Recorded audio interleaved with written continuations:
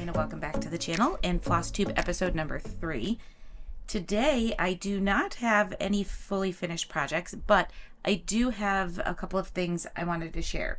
So I thought I would share with you what I have in progress, very small haul, and then I'm going to show you how I kit up a new kit.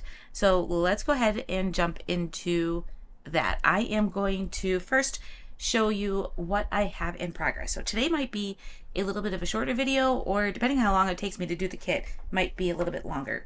So the first thing I want to share with you, and I think I shared with you this one with you in my last video, but this is the Beekeeper Biscornu, and I started this one in July. It's at the end of August, and I've worked on it a little bit here and there. It was a little bit crazy month, so the only thing I got done was I did get the top of my Biscornu done. So that is all done. I apologize, I didn't even take the time to iron it. So that is all done. And I love this fabric, first of all, loving that fabric. And then I went to do the bottom part in black like it showed, and I could not for the life of me see the stitches. I think it was just too hard. So I ended up doing it on the same fabric that I did for the top. And plus I was a little worried that you have to use the same count fabric for the top and bottom, and I was a little worried that even though it was a 32 count, that the black would just somehow be off and it wouldn't match up. And after all this work, which it took me several weeks to do just this one, and then I'm working on this one now, and I was worried that it just wouldn't match up. So I just wanted to make sure that everything would match perfectly. So I ended up just doing it in the same color fabric for both. And the only thing I have left, I got the center portion of this with the flowers. I have to do all the vine stitching around, and then the little beehives that I think they're beehives. Yeah, beehives in the corners, and then I'll be able to put it together. But I am gonna kind of give this one a rest. As a matter of fact, I have given it a rest, and I will work on this again in the future. But it's gonna be one of those things that's in my bag for working on when I feel inspired to work on it. Well, this is one I purchased a while ago and I never started. So this is the Quaker 2, and I am having so much fun with this one, and I just started it maybe 2 days ago. 3 days ago? No, 2 days ago.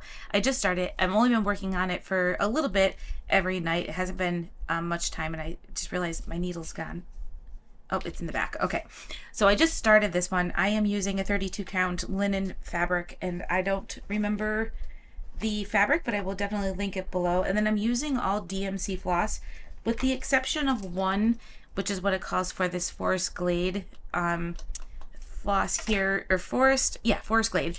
And I really am having a blast with this, but I'm already ready to set it aside because I want to get started on another one. Now, I said I was not going to be a multi cross stitch pattern, got a lot of stitches going on, but I feel like I have to because I have things I want to work on, and I want to work on this one. I want to finish the Biscornu, but I'm taking a break from that one.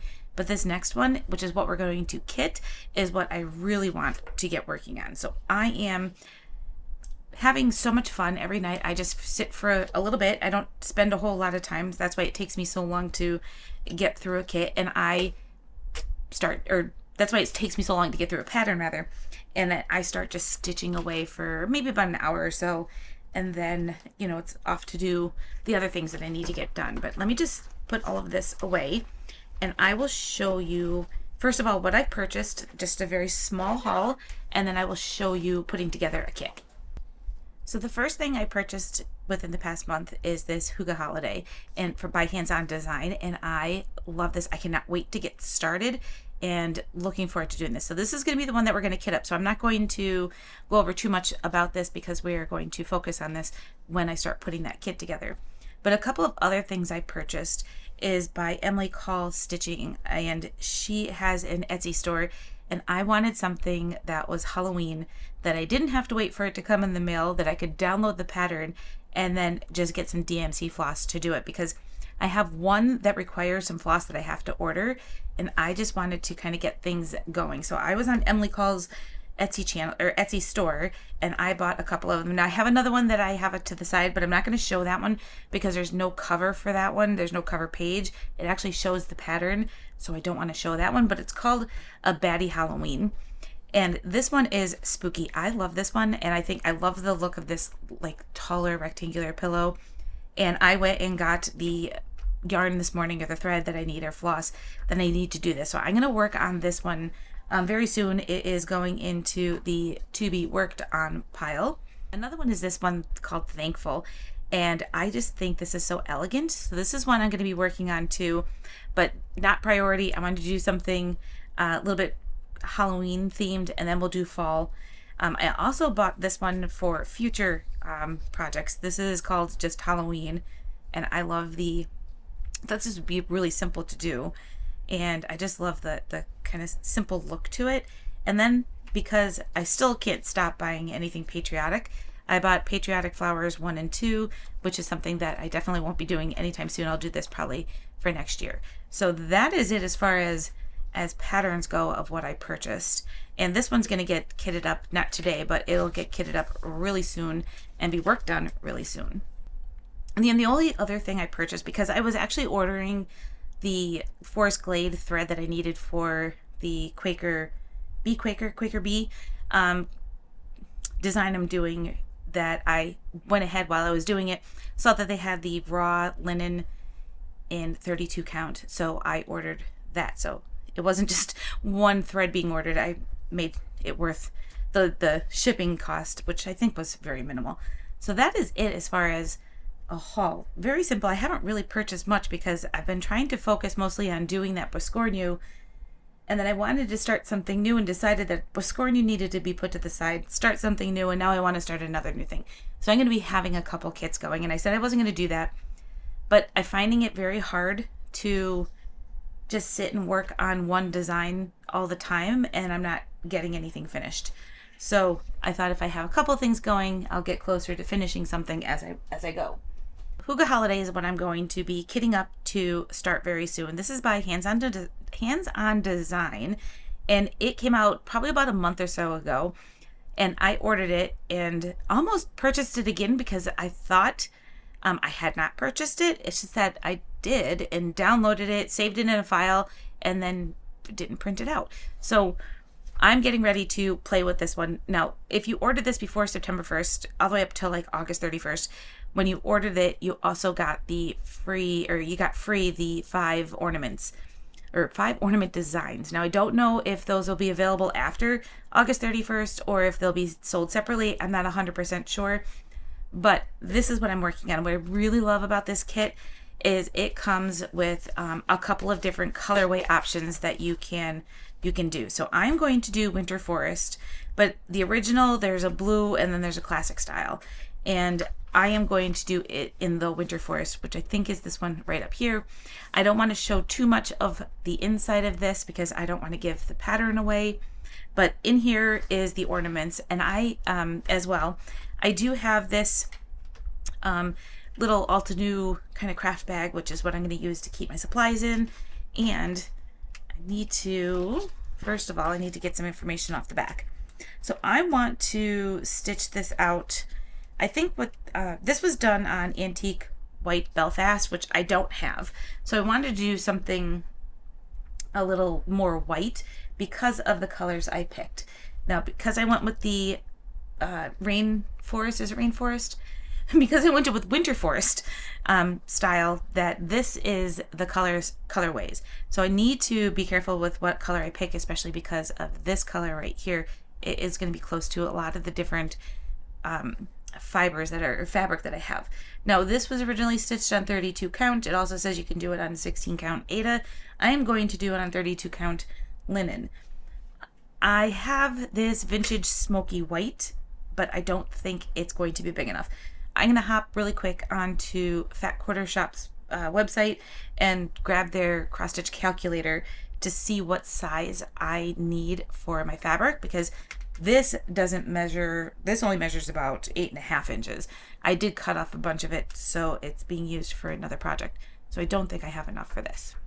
on Fat Quarter's website, I put in the stitch count, which is 111 over 132, and 32 count linen, and I need, well, I gave it a 2-inch border just to be safe, and I need a piece that's 11 by 12 and a quarter. I definitely am not enough with this one because it's only 9.5. Even if I did a 2-inch or didn't do a 2-inch, I'd still need 10, and it's not enough if I want 1 inch. So this is out of the question. So I also went and looked for this. I purchased this over the summer when I was on vacation. This is Fog by Picture This Plus. Picture Perfect Plus. No, Picture Perfect. Picture Perfect is a local band. Okay. So because I did not have a big enough piece in my Vintage Smoky, I do have some Fog by Picture This Plus, and I think this will work. This color is kind of close, but I don't think it's going to be that big of a deal, and it will probably blend in really nicely. So I'm going to cut, well, I'm not even going to cut this. I think I'm just going to leave this the way it is because it is a 13 by 18. So I figure if I do my stitch starting up here, and maybe I'll have some space down at the bottom to do an ornament. Probably would, because I only need 12 and a quarter. So an ornament definitely would fit down here. So we are going to then just take this. I gotta clip off my little piece right here. Get that out of the way. I don't know where that little end piece went. So that's gonna go in the bag. So we're gonna take our design, we're gonna stick that right in here. Now, one thing I did order recently is some thicker kind of protectors that I can keep anything that I print out or that comes in a printout style sheet in there so it doesn't flop all around, because I'm having that problem right now with the one I'm working on. That's the Quaker bee, and what happens is the paper is just keeps falling on the floor, rolling around, or the color codes are on one side and then the designs on the other. So I am going to try out these like stiffer envelopes to keep it all into. So that is that. Next thing we need to do is I need to work on getting these all ready to go, and I will show you what I do. So the other thing I'm going to do is just get my thread together. So I already went ahead and got 3 of them together, and I'm going to do my other one on camera for you. So what I did was a while ago, I made these little kind of tags for myself. I liked when I was using my Classic Colorworks or Weeks Dye Works, working off of the piece of cardstock. So all I did was print on some cardstock DMC so I could write the number on it, and then I did use Canva and created a little template for holes so I knew where to punch. And then I also did the same thing down here. Well, actually I punched it up here, and then I went with a bigger punch, a little bit of a bigger punch. This was with my Crocodile, and this was with a little tinier hole puncher, and made these tags for myself. That's all they are. They're just really simple. I just made them on Canva, but you could do them in Word or anything like that. So I'm going to take my DMC floss. This is 08, and this one is ready to be taken apart so that I can put it onto my little ring system here. And what I do is I take off the 2 little pieces of paper that hold it together, and then I will start just slowly unwinding it. So I always hold the whole thing in my hand, and then I will take the end piece, and I usually either throw it over my shoulder, across my lap, or something like that, so that I can access it in a little bit. The rest of it I just slowly unwind from my hand because I don't want it to get knotted up. Now, I do still get it knotted up as I go, but I'm just going to just slowly take this off. And especially if I get towards the end, I sometimes end up with a little bit of a little cluster there of the area that I have to work on to get the piece out. Sometimes I'm lucky, which this time I might be lucky. So one thing I tried not to do is this, where I'm just pulling it and letting it roll around my hand, because I will halfway through end up with a little knotted area that I have to work to get that out. So I'm going to take the end, and then I have the other end, which is right across my lap here, and I'm going to put them the 2 together. So we're folding our thread in half. And this is not my idea. This is just something I've learned from watching other videos. See, I already have a knot in the middle and I didn't even do anything. All right, let's see. Can we get rid of this without having to work too hard to get rid of it? Oh, good. It came right apart. Okay, so I'm just going to kind of fold this in half. I'm just sliding it through my hands. That's where the knot's coming in. And then I'm going to take my folded piece and then my end piece and put them together, and we're going to fold this in half again.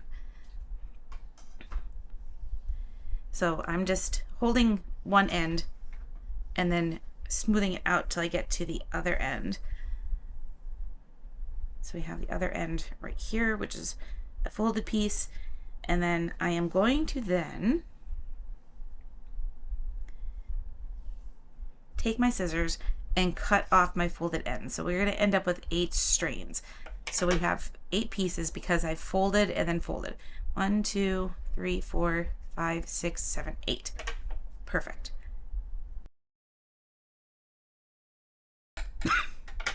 Okay, so we got that end cut, and then we're going to go right to the other end. We're going to do the same thing.